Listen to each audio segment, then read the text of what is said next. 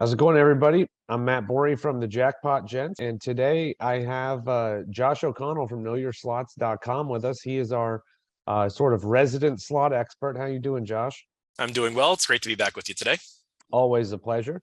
And in our video today, we're going to be talking about slot sequels and how there's actually, we were talking about this before we started, and I was shocked at how many differences there were that I didn't even notice from one machine to another, like Buffalo to Buffalo Gold or Huff and Puff to Huff and More Puff.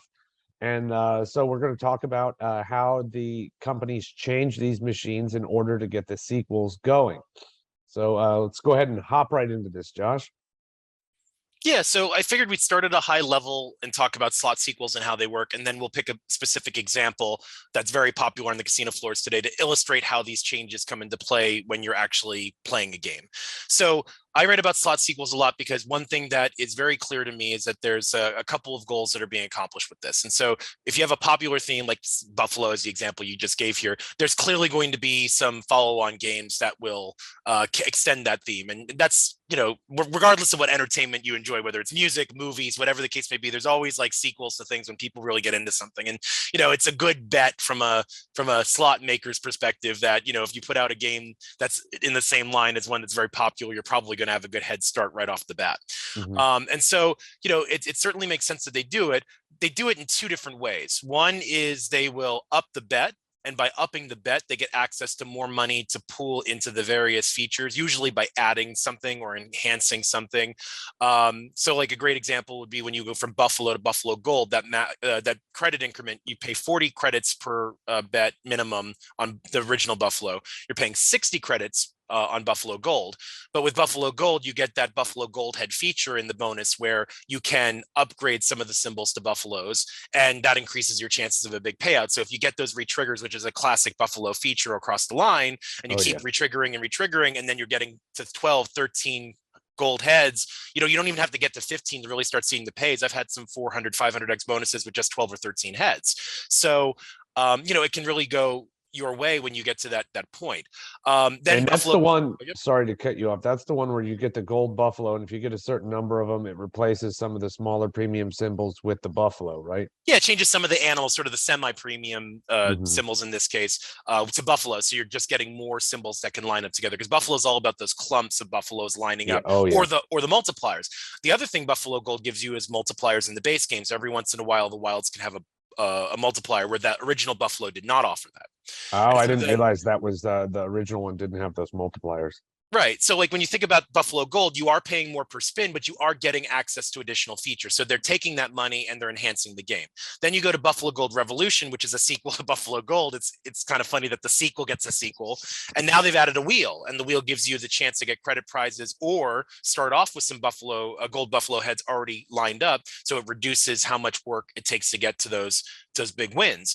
And so, but that upped the bet even more. So it's 75 credits versus 60 versus 40, right? So you're paying more per spin, but the line pays themselves in the base game really aren't moving too much. It's really all about enhancing the bonus, adding some features. So that's one way they can do it. The other way is they can leave the bets as is, and they can move the money around, right? Because you can't magically add more pays to a game when you're not taking more money in, but you can move it around. So that's the case of the game we're going to talk about today, which is Huff and Puff and Huff and More Puff. Now, it's rare how often I see the excitement around a game like this in different forums, watching people when they're streaming live. The amount of people who want to see those games played, really are into those games, is crazy. Oh, that game has like a cult following now. It's insane. And it just, you know, in your lives that we've seen on Mondays, people are always asking for it. They want to see you play that too. And that's not a unique situation. I see that all over the place. And so what's interesting is that while the graphics are practically the same and the sounds are the same, and even the bet, when you do the set bet panel, 75 credits minimum for pennies on both games, what you're playing is actually a different game. And what I mean by that is that what you're aiming for has shifted because they've reworked what's going on under the hood. So, you know, some of it's obvious at first. There's that wheel at the top, and the wheel at the top is accessed by a new set of bonus symbols, the buzzsaws, right? So there's that buzzsaw feature. So that what you're seeing is that they are they're tipping the hat to what players are really most excited about the original game, which is getting into that bonus. People love the houses. People love upgrading the houses. And so they've basically made the bonus more accessible. There's more ways to get that bonus. It tends to happen more frequently than on the original, and that's great. That means people get to what they want faster and more frequently. So the sequel's accomplishing, from a design perspective, what players are really most excited about. So that makes sense, right? They're obviously learning from what the players enjoy and improving the game in that way. But they had to make changes to allow for more bonuses. You can't give out more bonuses and collect the same amount of money. Like, the casinos still got to make their money off the house edge. So what's changed is the base game. So there's a couple of things that have changed. So I've sent Matt, and we have the screen here, this ability to take a look at the pay tables, the original as well as the sequel. Two things have changed that are really important on the base pay table. One is that they've added 2 poker symbols. So there's the ace, king, queen, and jack on the original game. They've added 10 and 9. The more symbols there are on the reels, the harder it is to get line hits, because there's more conflicting symbols with each other. So they've made it harder to get line hits, and also probably reduced the number, because this is an always pays game. There's no lines, right? So they have these stacked symbols. It's also probably reducing the frequency you can get a bunch of stacked symbols lined up. So they're taking away some money there. However, they're also taking away money from the line pays themselves. And so if you look at some of these numbers, the top paying pig, the sort of the executive pig, as some people call it. I call him the boss pig. The boss pig, exactly. If you got 5 of a kind on the original game, you would get paid on a 75-cent bet $3. So 4 times your bet. On Huff and More Puff, it's only $1.50. They cut it in half. And when you talk about like stacked symbols and the ability to get multiple ways, that delta gets quite big quite fast, because you're not getting paid nearly as much. But also, I feel like that boss pig is almost impossible to get a winning combination on anyways. I feel like at all the times I've played it, I don't think I've ever gotten a 5 of a kind with him. Sure, but like all the other symbols were reduced too. The 5 of a kinds, most of them were reduced by half. So basically any 5 of a kind is now worth half as much as it was before. So on the original Huff and Puff, sometimes you'd be stretching and stretching for a bonus, but you get a line hit here or there that would keep you in the game. You get, a 30x, a 40x win, things like that. Now those are 10x, 20x, 15x win. So it really reduces your momentum in terms of keeping alive to that next bonus. But like, let's take the 3 of a kind of that executive pick. 50 credits per matchup on the old game, 10 credits on the new one. That's an 80% reduction, right? And so that's just another example of how they've really watered down those line pays. And so, they've made them kind of all really, really top heavy. Right. And so you have now, the 5 sort of semi-premium, they've been premium symbols. You have 6 poker symbols. You have the hats, which are blockers unless they actually get you a bonus. And now you've got the buzz. Yeah. And so like 5 could block you and really make it impossible to win. And now the buzzsaws can be blockers too, because that's another symbol that doesn't match up with these things. And you still have the wild, but like there's just more symbols, less pays, and all of that goes together to really water down the base game. So Huff and Puff, there was the chase for a good line hit and the chase for a good bonus. With Huff and More Puff, you're more just chasing for the bonus at this point. And I mean, again, it doesn't make the game necessarily bad, right? Because people want the bonus. People like the bonus. That's what they're playing for. But you should know, if you don't get the bonus, it's going to be a lot harder to keep going, because there's just not as much money there to be won. Exactly. And I've talked about this in the live streams, when the live streams, or I probably mentioned it in some of the videos where we just shoot Huff and Puff. I had only played the Huff and More Puff. I had never played the original one. And then I found the original one in the high limit room during one of our streams. And I was like, wow, this is great. This is so much less volatile than the Huff and More Puff. And I didn't really know why. It just felt less volatile. But now when you actually line them up next to each other, like, this is rather shocking, really. Because you could definitely just feel that unless you got that bonus round, you were going to lose pretty much. It's very hard to have a winning session in Huff and More Puff if you don't hit a bonus. That I would say that's true. And talking with people who play slots regularly and so forth, they feel it too. They definitely, when the ups and downs are much more pronounced, because the bonuses have the potentially to overperform compared to the original. So one really good bonus and you could be way ahead, but you also, let's talk about the bonuses, because that's where the other big changes have happened, right? So first of all, we have the standard 6 hats, and that's functionally the same as before, but the buzzsaw introduces some additional options, right? So you have that mega hat feature, which can start you anywhere from 4 to 15 spaces with the straw houses already sort of established. You have the mansion feature, which of course is what everybody's really chasing, which is all of the houses that land will be mansions. And so therefore you're jumping right cutting the line Right right to to those bigger the big pays. one. And then you've got the buzzsaw feature itself, which is a kind of roll across, and they can. But that one can be pretty solid. I've gotten that one before where I think I went into the bonus only missing 2 of the hats. Yep. So the worst case scenario, if you think about it, third, fourth, fifth reel, is you get 6 spaces, right? Or you could have like 2 buzz saws on the same line, but they'll be upgraded, which is probably better than having 6 straw hats, right? So I would say that one's a good one to go for as well. But the mansions is definitely the clincher. Oh, I didn't realize they could line up next to each other. Yeah, so if 2 buzz saws are next to each other, the first one will go across and do straw. The second one it'll go across, but if it goes over a straw hat, it'll make it a stick house rather, not a hat.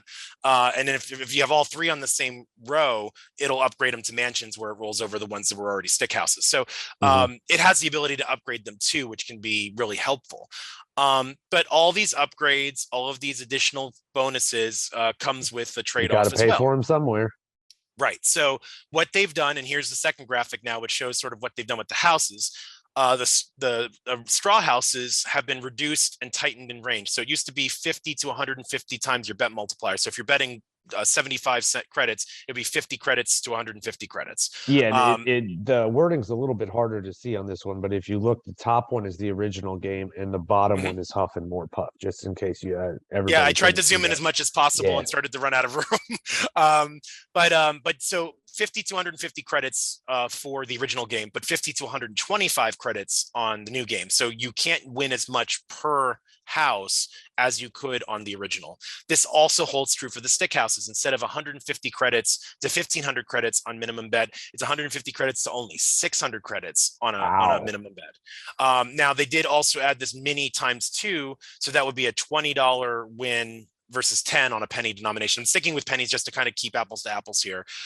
So there's the chance for that to be like sort of the replacement for that 1500 times, but those are kind of hard to pull off. So that's just something to know. Now the mansions, and I know how much you love those mini and minor bonuses, Josh, the ones that aren't actually progressives. I know those are your favorites, so I'm sure you love this. Yeah, I mean, flat progressives are just based on your bet. They're not progressives, actually say flat jackpots, because they don't actually progress anywhere. So they're just based on what you're betting. And then the mansions, they widened the range. So 750 to 7,500. So that's $7.50 to $75 a minimum bet versus $7.50 to $187.50.